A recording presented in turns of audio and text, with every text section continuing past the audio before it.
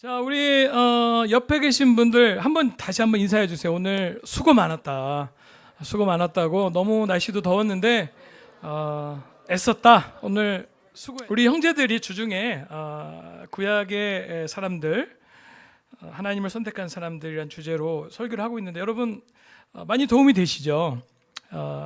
각자의 우리 형제들의 개성과 마음 또 삶을 통해서 메시지가 전해질 때 여러 형제자매들의 어떤 필요가 채워질 거라고 믿습니다. 자, 화면 좀 하나 띄워주시죠. 네, 오늘 설교 제목인데요. 네, Worship Beyond Worship. 네, 우리 크로스오버 예배 제목이었는데 설교로 같은 내용은 아니고요.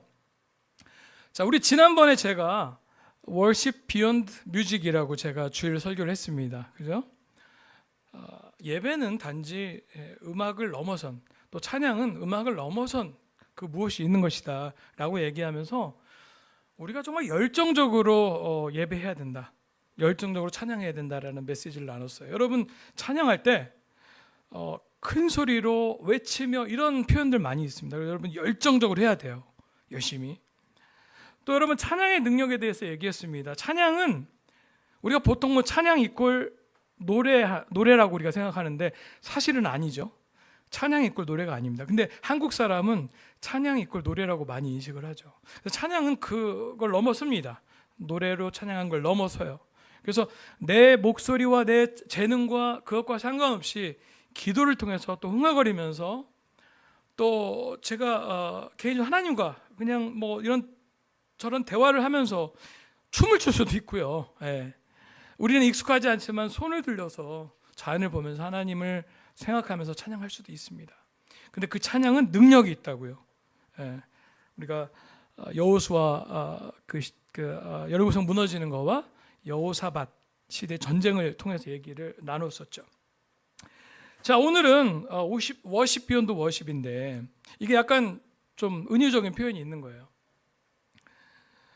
뒤에 있는 워십은 어쩌면 여러분에게 고정적으로 여러분이 생각하고 있는, 여러분의 익숙해진 예배일지 모르겠습니다.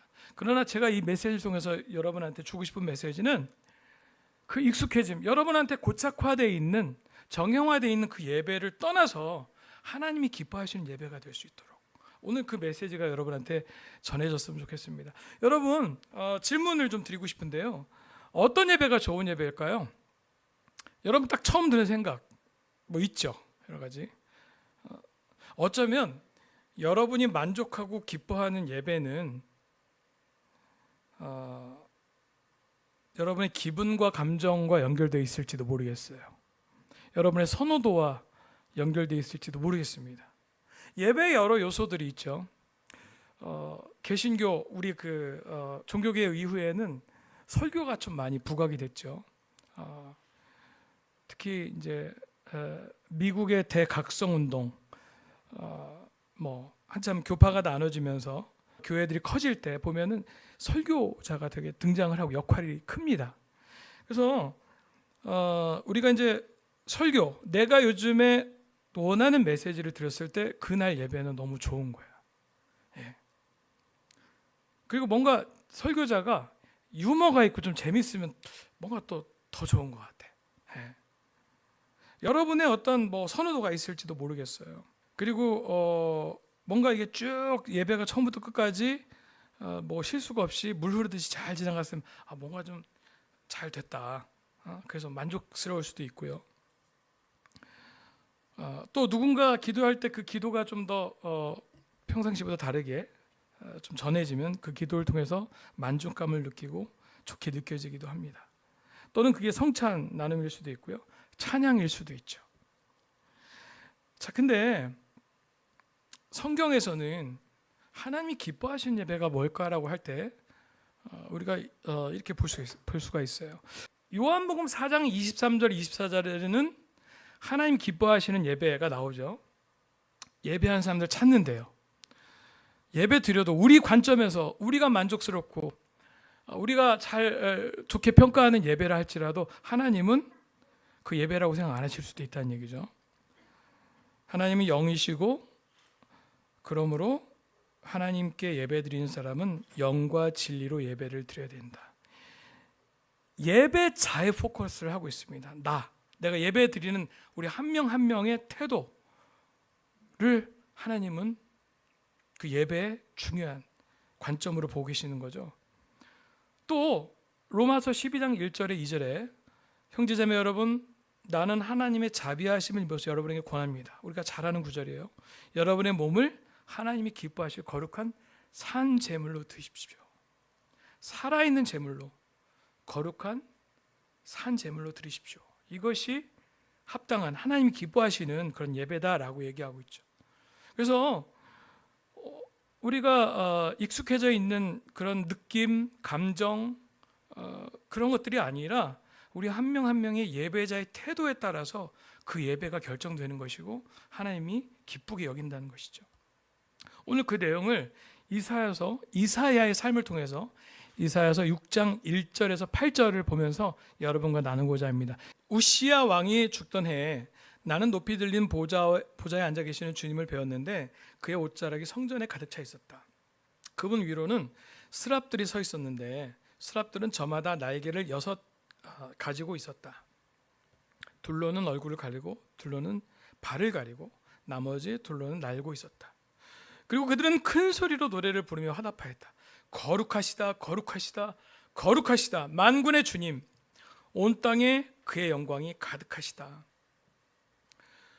우렁차게 부르는 이 노래소리에 문지방의 터가 흔들리고 성전에는 연기가 가득 찼다. 나는 부르짖었다. 재앙이 나에게 닥치겠구나. 이제 나는 죽게 되었구나. 나는 입술이 부정한 사람인데 입술이 부정한 백성 가운데 살고 있으면서 왕이신 만군의 주님을 만나 뵙다니. 그때 스랍들 가운데 하나가 천사죠. 제단에서 부집개로 집은 타고 있는 숯을 손에 들고 나에게 날아와서 그것을 나의 입에 대며 말하였다. 이것이 너의 입술에 닿았으니 너의 악은 사라지고 너의 죄는 사해졌다.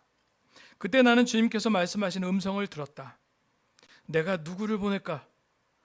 누가 우리를 대신하여 갈 것인가? 내가 아뢰었다. 제가 여기에 있습니다. 저를 보내어 주십시오. 아멘. 자, 이 배경을 짧게 얘기하면 우시야 왕이 죽던 해에 이사야는 성전에서 기도하고 있었습니다. 거기서 갑자기 하늘에 있는 성전을 보게 되었죠. 거대한 왕자, 또 그곳에 계신 하나님, 그분의 영광이 그곳에 가득하였다고 얘기하고 있습니다.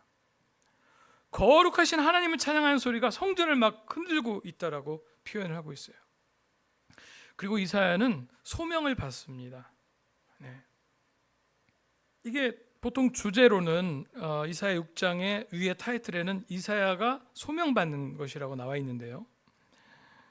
자, 보통 이사야가 주님 앞에서 소명을 받는다 그러면은 이사야서 1장에 나와야 될 것 같은데 그 내용이 지금 6장에 나오고 있단 말이죠. 어떤 의미가 있을까? 예, 사실 1장부터 5장을 쭉 보면은 타락한 이스라엘 백성 얘기가 나와요. 멸망당할 이스라엘 이야기가 나옵니다. 6장은 그 이스라엘을 이사야를 선택해서 하나님께서 어떻게 회복시키실지를 말씀하고 계시는 것이죠. 그 일을 이사야에게 맡기시는 겁니다. 자, 그래서 6장에 그 소명에 관한 하나님이 이사야에게 소명 주는 등 나오는데, 자, 6장의 그 내용이기도 하지만 우리가 잘 보면 예배에 관한 것임을 알 수가 있어요. 마치 요한계시록의 장면이 좀 보이기도 하죠. 예. 이사야가 성전에서 예배하며 하나님을 만납니다. 그것을 통해서 이사야의 인생, 삶 전체가 완전히 바뀌는 이야기인 거죠. 그냥 이사야가 주님을 만났다가 아니라 예배에 대한 것을 우리가 생각할 수가 있는 거예요. 자, 그래서 오늘 이 본문을 보면서 우리가 아까 처음에 예배라는 것은 하나님 기뻐하시는 예배는 예배자의 태도가 중요하다고 했는데 이 본문을 보면서 여러분과 나누고 싶은 3가지의 포인트가 있어요. 첫 번째는 참된 예배자의 태도가 있는데 그 첫 번째는 이 본문을 통해서 우리가 하나님을 하나님으로 바라볼 수 있는 거, 그게 너무 중요하다. 앞에서 1장에서 5장 내용은 정말 절망스러운 이스라엘 백성에 대한 이야기입니다. 그 가운데 하나님이 이사야에게로 찾아오시죠. 1절부터 4절까지 우리 아까 좀 읽었지만, 자, 여기 보면 높이 들린 보좌, 앉아 계십니다. 그리고 여기 나오는 옷자락이 성전에 가득 찹니다.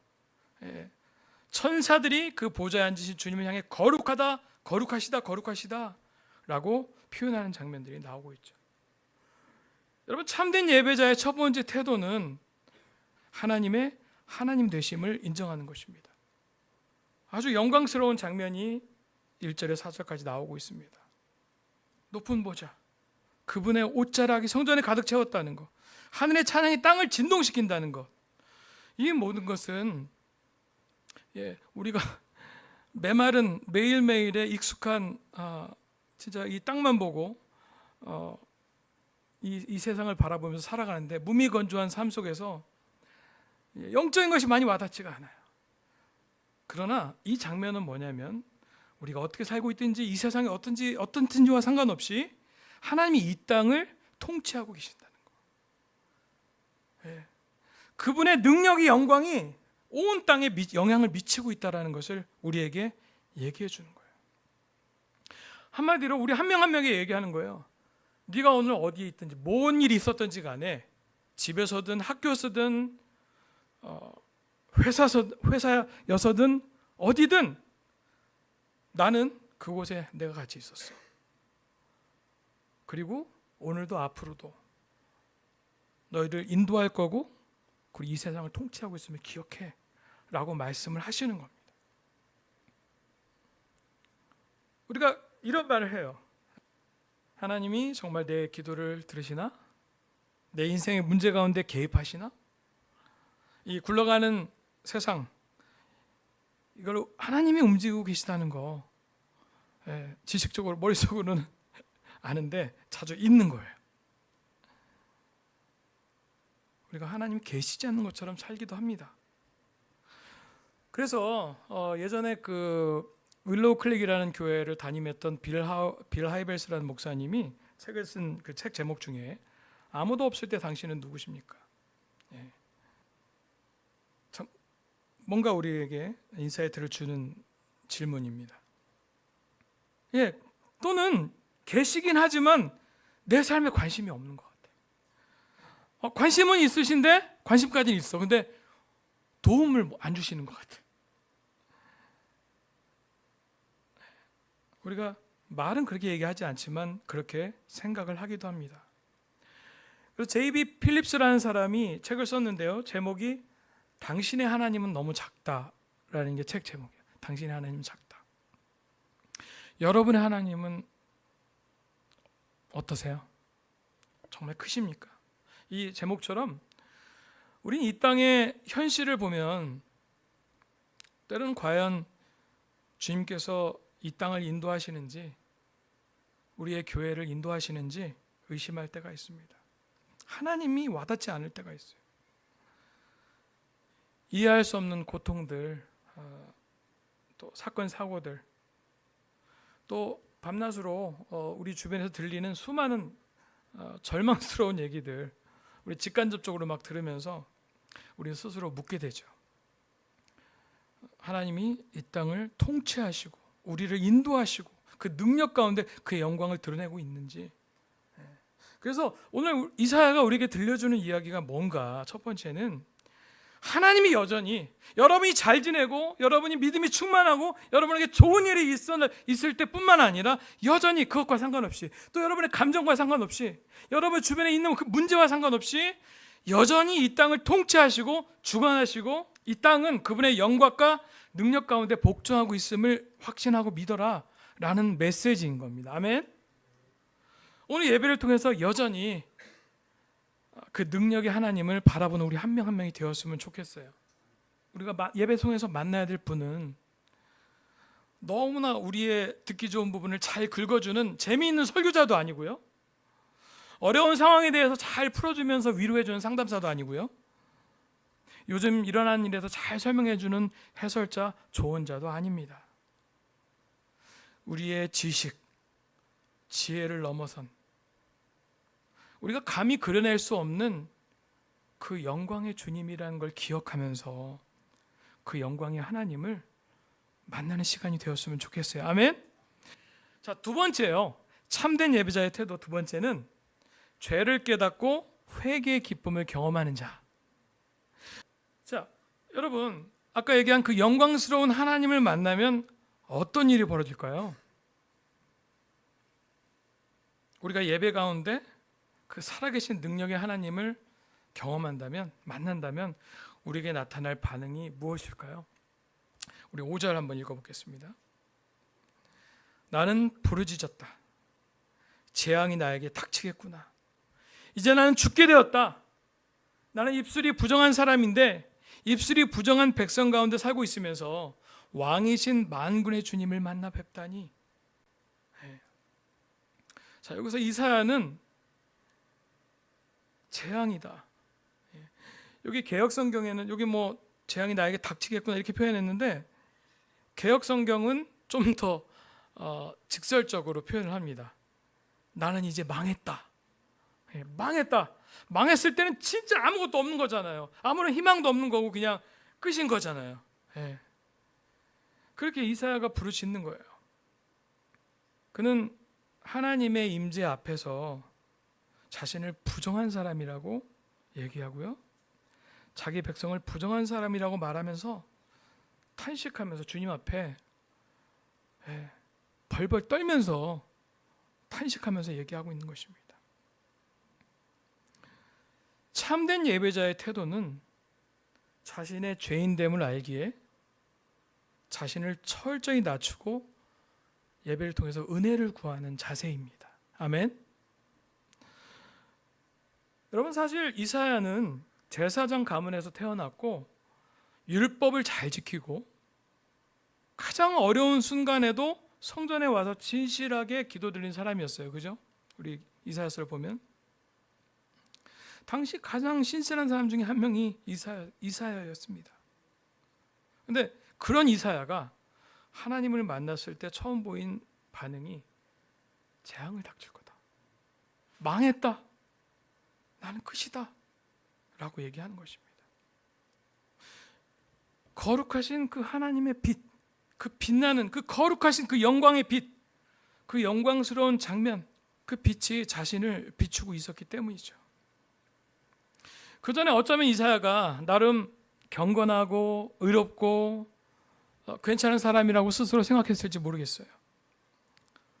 그런데 그는 거룩한 하나님의 빛에 비치니까 자신이 얼마나 더러운지를 깨달은 거죠. 철저하게 하나님 앞에서 자신은 정말 아무것도 아닌 것이라고 인식을 하게 된 것입니다. 여러분, 궁금할 수 있어요. 예언자 이사야가 도대체 무슨 죄를 잘못을 범했을까? 뭐 학자들은 이렇게 얘기합니다. 5절에서 실마리를 좀 찾을 수 있는데요. 나는 입술이 부정한 사람인데 입술이 부정한 백성 가운데 살고 있으면서 이렇게 표현을 하고 있죠. 그의 죄는, 문제는 개인적인 문제가 아니라 공동체의 부정함에서 기인됐다라고 얘기를 합니다. 어떠세요? 구약에서 보면 부정한 물건이나 사람을 접촉하면 그 사람도 부정해지죠. 이사야는 부정한 이스라엘 사람들과 함께 살았기 때문에 자기가 부정했다, 나도 부정한 죄인이었다라고 인정을 하는 겁니다. 자신의 죄를 백성의 죄와 일치시키는 거죠.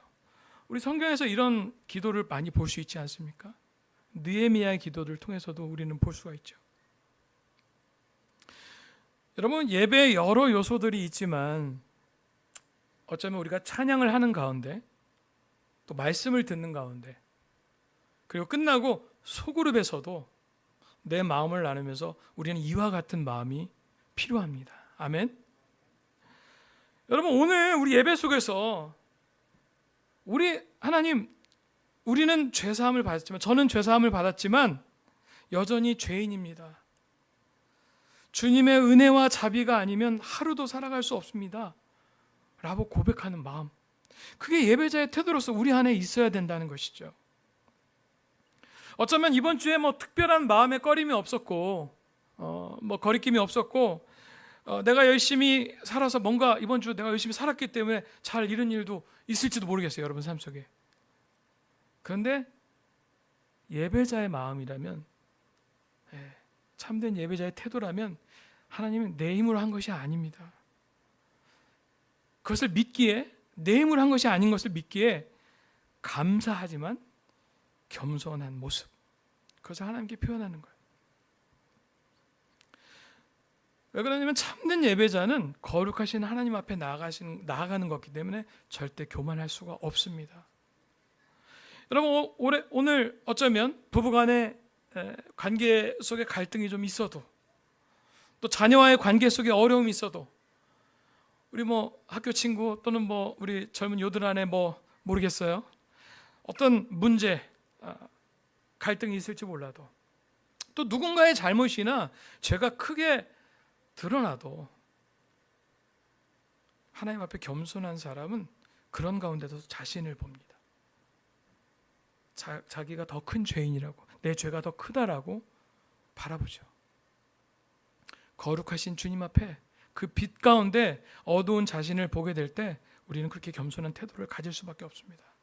하나님, 제가 교만했습니다. 이기적이었습니다. 사랑이 너무 없었습니다. 근데 저에게는 하나님 힘이 없습니다.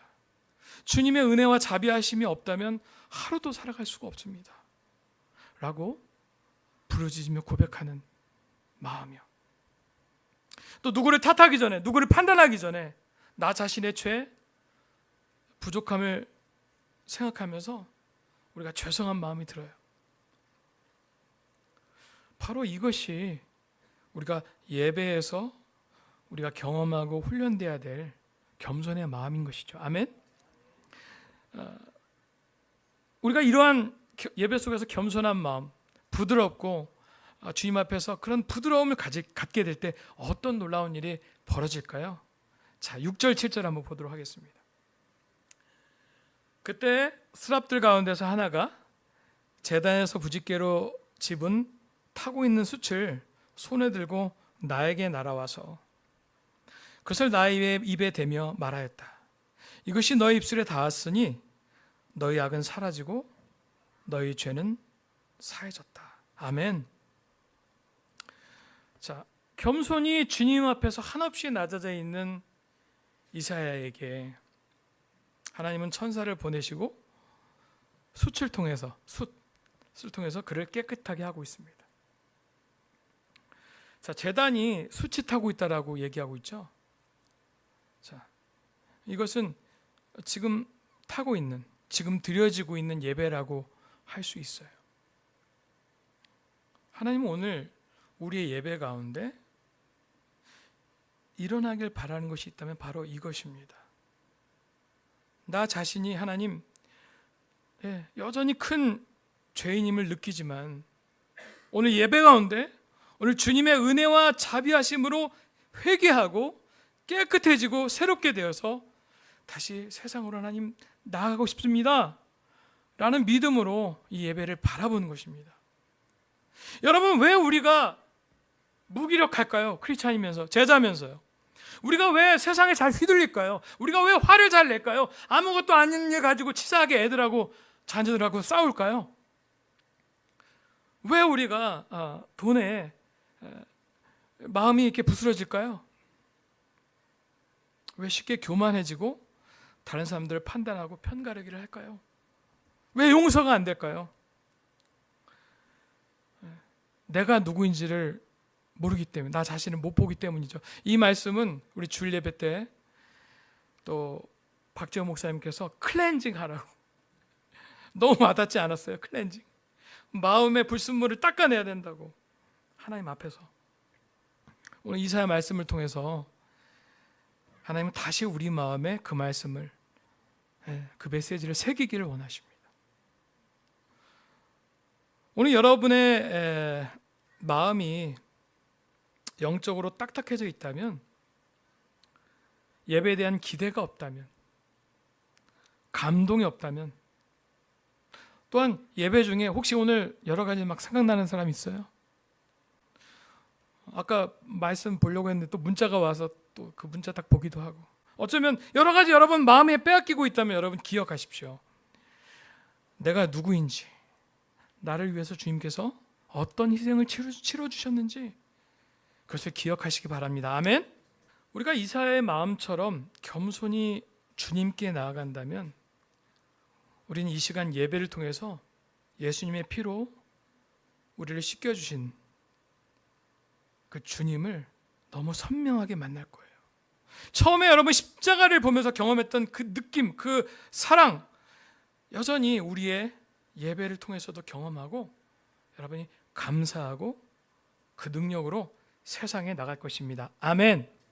자, 마지막 포인트요. 참된 예배자의 태도 세 번째. 하나님의 뜻에 자원함. 네. 자, 이 8절은 우리에게 잘 알려져 있는 구절입니다. 한번 읽어볼게요. 8절. 그때 나는 주님께서 말씀하시는 음성을 들었다. 내가 누구를 보낼까? 내가 우리를 대신하여 누가 우리를 대신하여 갈 것인가? 하나님께 얘기하시는 거예요. 자, 이사야, 내가 아뢰었다. 제가 여기 있습니다. 저를 보내어 주십시오. 자, 이제 이사야는 하나님의 음성을 듣습니다. 하나님 말씀하시죠. 내가 누구를 보낼까? 누가 우리를 대신하여 갈 것인가? 이사야는 하나님의 반응에서 대답을 하세요. 근데 놀라운 점은 누구에게 언제까지 그 사명, 그 소명을 받은 걸 가지고 그 사명을 누구에게 언제까지라는 걸 미리 듣지 않고 그죠? 반응했다는 거예요. 은혜에 반응하는 삶은 복잡한 것이 아닌 것 같습니다. 재는 게 아닌 것 같아요. 때로는 강력하게 하나님이 구약에서 보면 막 명령하시고 메시지를 주시잖아요. 근데 여기서 보면 약간 이건 제 인사이트인데 하나님이 뭔가 좀 이렇게 주저하시는 거? 뭔가를 이사야한테 막 시켜야 되고 막 그런데 얘가 어떻게 반응할까? 근데 이사야가 좀 가기를 바라는 마음. 저는 그런 게 좀 느껴지더라고요. 8절을 보면서. 예.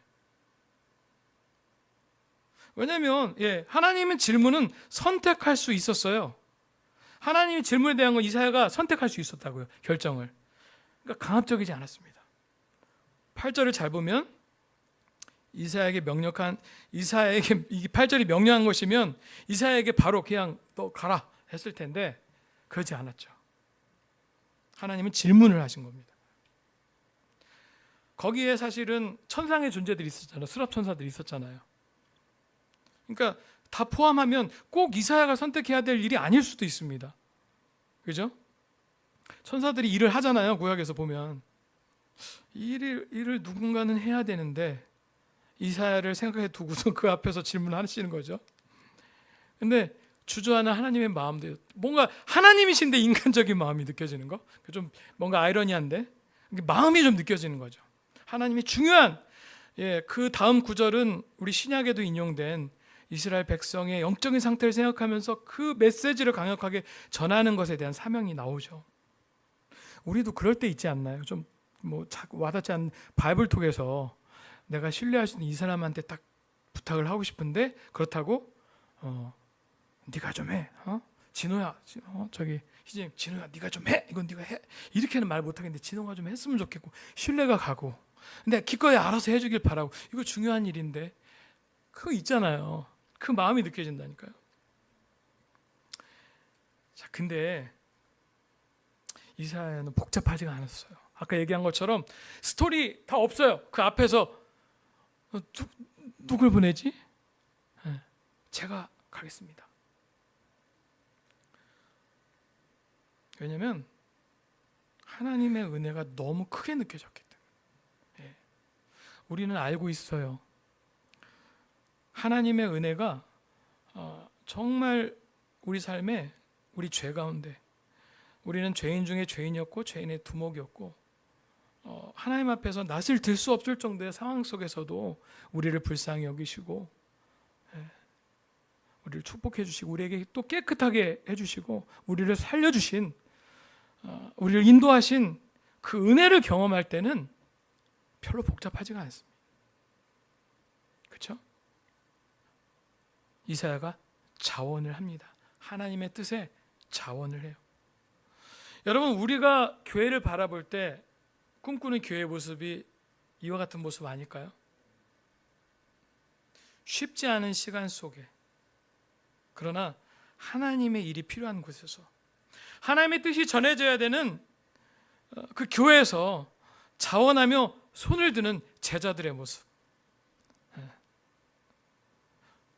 희원이가 우리 크로스오버 친구들한테 무모한 도전, 영적인 훈련에 대한 프로그램을 설명하고 싶다고. 정말 좋은 거거든요. 전 사실 그 제목으로 주빌리 주제를 정했으면 좋겠어요. 무모한 도전. 좀 이상한가? 우리가 바라보기에 따라 다른 것 같은데. 근데 우리 예전에 뭐 마이티 맨 오브 갓 뭐 열정적으로 뭔가 프로그램을 돌리면서 와 변하고 뭐 변한 사람 막 나누고 뭐 그런 거 많이 있었는데 그게 시간이 지나면서 불꽃이 꺼질 때가 많았습니다. 왜냐하면 완전하지도 않고 잘못하고 그러면 확 무너지고 그 열기가 확 사라지거든요. 근데 이 무모한 도전은 소리 소문 없이 파워풀하게 우리 제자들의 삶에 영향을 줘요. 왜 그런지 아세요? 자원하기 때문에, 자발적이기 때문에. 그리고 내가 좀 잘못하고 실패해도 하나님의 은혜와 사랑이 있기 때문에 오케이, 다음 주에 다시 잘할 수 있고, 그리고 그거 가지고 나중에 기부할 수 있잖아요. 얼마나 놀라운 프로그램인지. 우리가 은혜를 경험하고 하나님의 자비하심을 경험하면은 변화하고 싶고 해야 되는 것이 헌신이나 부담이 아니라 자원하며 기쁨이 되는 것이죠. 아멘. 저는 우리 교회의 그런 모습에 자랑스럽습니다. 우리가 뭐 우리 공동체 그렇게 크지 않죠 지금. 근데 인도자가 우리가 딱 발부터 인도자 모임 한 40명 보이죠? 예배 담당자. 일꾼이 많은 거예요. 호프, 뭐 시스템 주일학교, 뭐 여러 분야에 섬기는 제자들 너무 감사합니다. 저는 그 마음이 이사야와 같은 마음이라고 생각이 들어요. But 그러나 여전히 우리는 하나님의 뜻이 펼쳐지는 곳에 이사야처럼 자원하는 마음이 더 필요합니다. 아멘. 조금 이렇게 뒤에 숨어 있거나 좀 몸이 무거운 분들, 제가 믿는 거는요, 여러분이 자원하고 시도한다면 더 기쁨, 하나님이 생각하지도 못한, 여러분이 생각하지 못한 그 기쁨을 하나님께서 주실 거라고 믿어요. 여전히 우리는 하나님의 뜻이 펼쳐지는 곳에 이사야처럼 자원하는 마음이 필요합니다. 문지기라도 좋아요. 다윗처럼 그 화려하고 놀라운 왕인 다윗이 하나님 나라에 문지기로만 있어도 저는 행복하겠습니다. 여러분, 오늘 한번 스스로에게 한번 물어보시면 좋을 것 같습니다. 하나님이 여러분을 부르시는 자리가 어디입니까? 예배를 통해서 오늘 하나님의 외침이, 그 마음이 느껴지십니까?